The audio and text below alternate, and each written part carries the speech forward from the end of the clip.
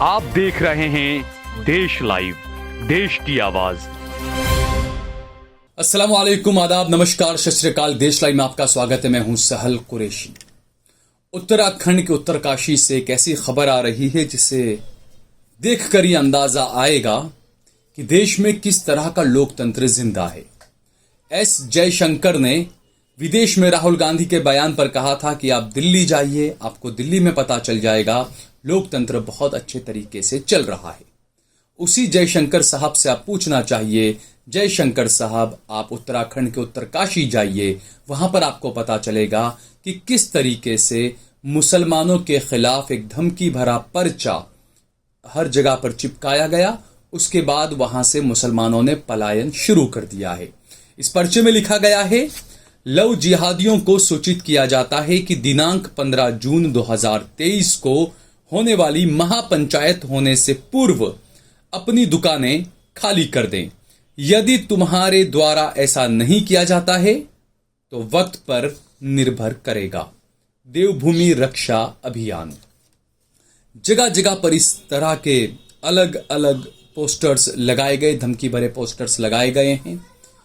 कई सालों से यहां पर एक पुरोला करके गांव है उत्तरकाशी में, कई सारे मुसलमान वहां पर रहते हैं, अपनी दुकानें भी चलाते हैं। कई लोग ऐसे हैं जो 25-25, 30-30, 35-35 साल से वहां पर रह रहे हैं। लेकिन उसके बाद अचानक ये हुआ कि कुछ दिन पहले एक हिंदू लड़की भाग गई और उसकी छानबीन की गई, मामले की जांच की गई तो पता चला कि लड़की को भगाने वालों में आरोप लगा कि लड़की को भगाने वाले जो 2 लड़के थे उनमें से एक लड़का शायद मुसलमान था। ये आरोप उस लड़के पर लगा कि उसने एक मुसलमान लड़की को भगाया। अब वो जो हिंदू लड़का भी साथ में था, उसके साथ में इन लोगों ने क्या किया वो हमें नहीं पता। अब्दुल है तो फंसा जाएगा, मारा जाएगा, ये तो हम समझ ही सकते हैं। तो यहां पर यह हुआ कि जो मुसलमान लड़के का नाम आया, आरोप जिस पर लगा, उसके बाद वहां के हिंदू संगठन काफी सक्रिय हो गए। उन्होंने पिछले कई दिनों से वहां पर काफी हंगामा हो रहा है, मुसलमानों को अपनी दुकानें खाली करनी पड़ रही है और अब जो है वहां पर पोस्टर लगे हैं और ये कहा गया है कि 15 जून को जो महापंचायत होनी है, जो हिंदू महापंचायत होनी है, उससे पहले आप अपनी दुकान मकान सब खाली कर दें, वरना फिर वक्त पर निर्भर करेगा। यानी कुछ भी कर सकते हैं। अब दूसरा ये कि मान लीजिए मकान दुकान खाली कर मुसलमान चले गए, क्या उसके बाद भी ये लोग बख्श देंगे उन दुकानों को? क्या उनको तोड़ा नहीं जाएगा, लूटा नहीं जाएगा? दूसरा, सरकारें क्या कर रही है? इस तरह की खुली धमकियां लोगों को दी जाती है, भारत के नागरिकों को खुली धमकियां दी जाती है। प्रशासन क्या कर रहा है? क्या प्रशासन ने इस कार्यक्रम की परमिशन दी है? क्या प्रशासन ने इस कार्यक्रम के आयोजकों को यह कहा है कि इस तरह की कोई घटना नहीं होनी चाहिए? अब आप तसव्वुर करके देखिए यही चीज को कि ये जो इसके नीचे लिखा है देवभूमि रक्षा अभियान और लिखा है कि हम महापंचायत करेंगे, उससे पहले आप खाली करें। अगर यही पत्र आप मानिए जमीयत उलमा की तरफ से होता, जमात इस्लामी की तरफ से होता या किसी मुस्लिम संगठन की तरफ से होता तो अब तक इस संगठन के कितने लोगों को गिरफ्तार कर आतंकवाद के आरोप में या यूएपीए के आरोप में जेलों में ठूंस दिया गया होता। लेकिन इस मामले में पुलिस ने क्या कार्रवाई की, किसी को नहीं पता। और एक और बड़ी जबरदस्त बात यहां से सामने आई कि जो लोग पलायन कर रहे हैं उसमें बीजेपी अल्पसंख्यक प्रकोष्ठ के जिला अध्यक्ष मोहम्मद जाहिद भी शामिल है। मोहम्मद जाहिद 25 साल से यहां पर रह रहे हैं। उन्होंने उत्तराखंड के जो अल्पसंख्यक आयोग के जो मंत्री वगैरह या जो भी अल्पसंख्यक के जितने भी जो हैं बीजेपी के, उनसे भी अपील की, उन्हें बताया कि ऐसा ऐसा हमारे साथ में हो रहा है। लेकिन उसके बावजूद भी आज मौका यह है कि बीजेपी के नेता जाहिद को भी अपना मकान वहां से खाली करना पड़ रहा है। मैं उम्मीद करता हूं कि मुख्तार अब्बास नकवी साहब और शाहनवाज हुसैन साहब अपनी पार्टी से अपने ही नेता को इंसाफ जरूर दिलाएंगे। और ये सिर्फ मोहम्मद जाहिद अकेले नहीं हैं जो बीजेपी के नेता हैं और उन्हें मकान खाली करना पड़ रहा है क्योंकि इलाके में मुसलमानों को धमकी भरा पत्र से धमकी दी गई है। तो ये मुख्तार अकेले नहीं है, मोहम्मद जाहिद अकेले नहीं है।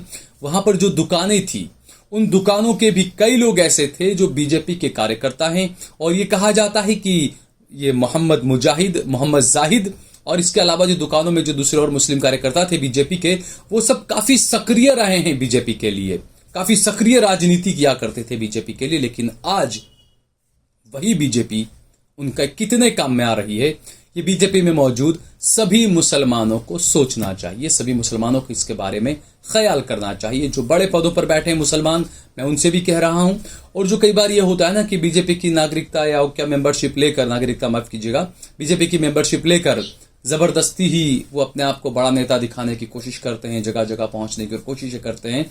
ये उनके लिए भी एक सबक है कि नारा ये लगा था मुल्ले काटे जाएंगे, नारा ये नहीं लगा था कि बीजेपी वाले काटे जाएंगे या कांग्रेस वाले मुल्ले काटे जाएंगे या शिया मुल्ले काटे जाएंगे या सुन्नी मुल्ले काटे जाएंगे या देवबंदी काटे जाएंगे या बरेलवी मुल्ले काटे जाएंगे। ऐसा नारा नहीं लगा था, नारा एक लगा था मुल्ले काटे जाएंगे।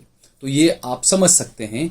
और दूसरा, उत्तरकाशी में ये जो हो रहा है, कई सारे मुसलमानों को वहां से पलायन करना पड़ रहा है, कई सवाल उठने लगे हैं। और जैसा मैंने बताया कि मामला सिर्फ ये था कि एक लड़की हिंदू गुम हो गई थी, इंक्वायरी की गई, जांच में कुछ शुरुआती बातें आई, 2 लड़कों के नाम सामने आए, उनमें एक लड़का मुसलमान है जिसने भगाने में मदद करने का उस पर आरोप लगा।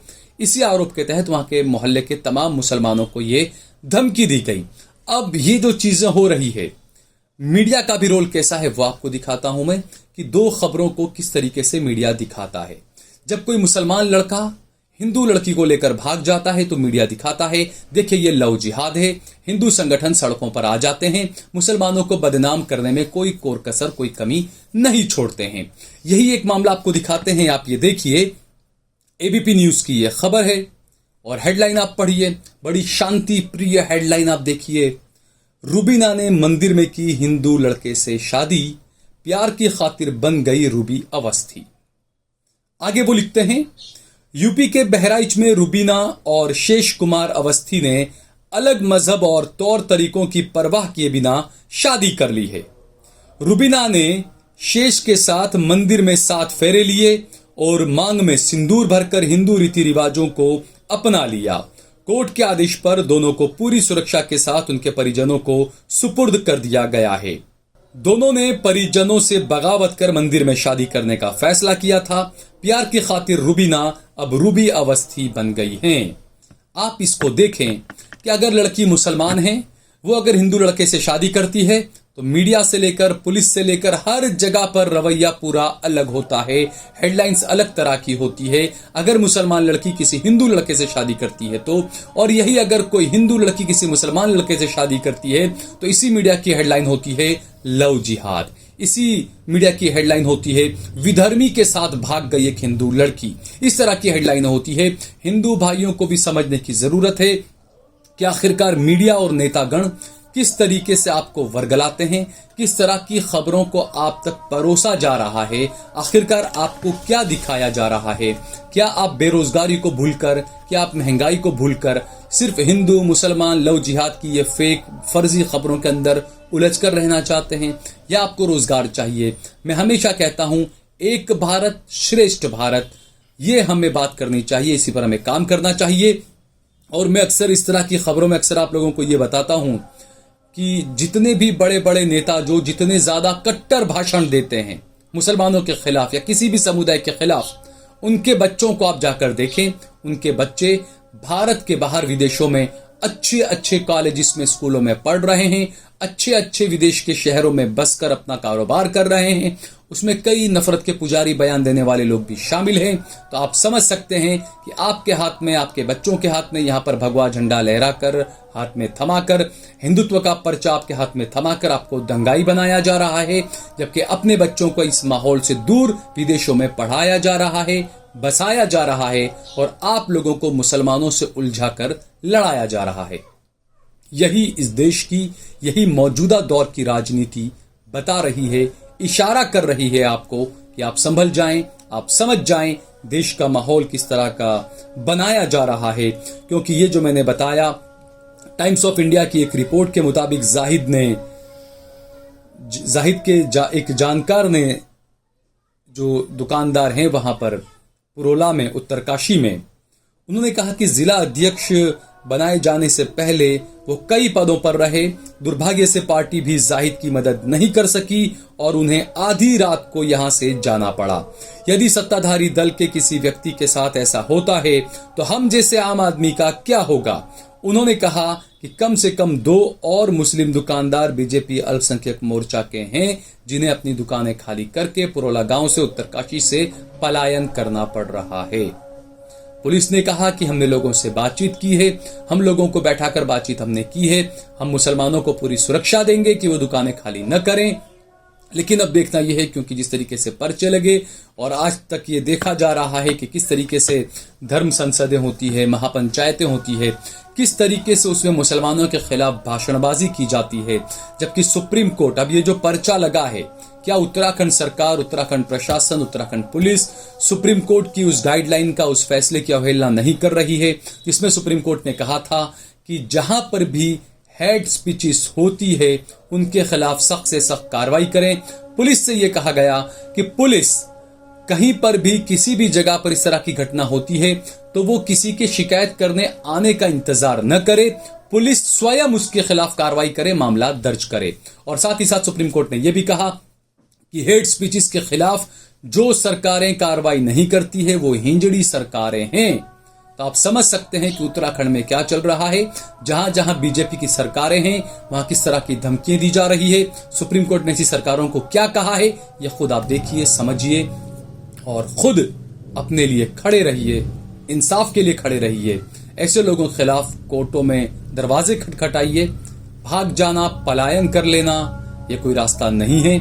आपको संवैधानिक तरीके से आपको मुकाबला करना पड़ेगा।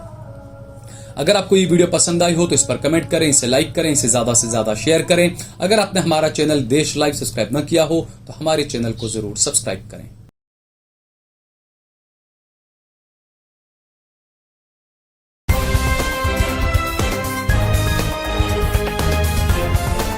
देश और दुनिया की तमाम छोटी और बड़ी खबरों के लिए हमारे चैनल को सब्सक्राइब करना न भूलें और बेल का बटन जरूर दबाएं।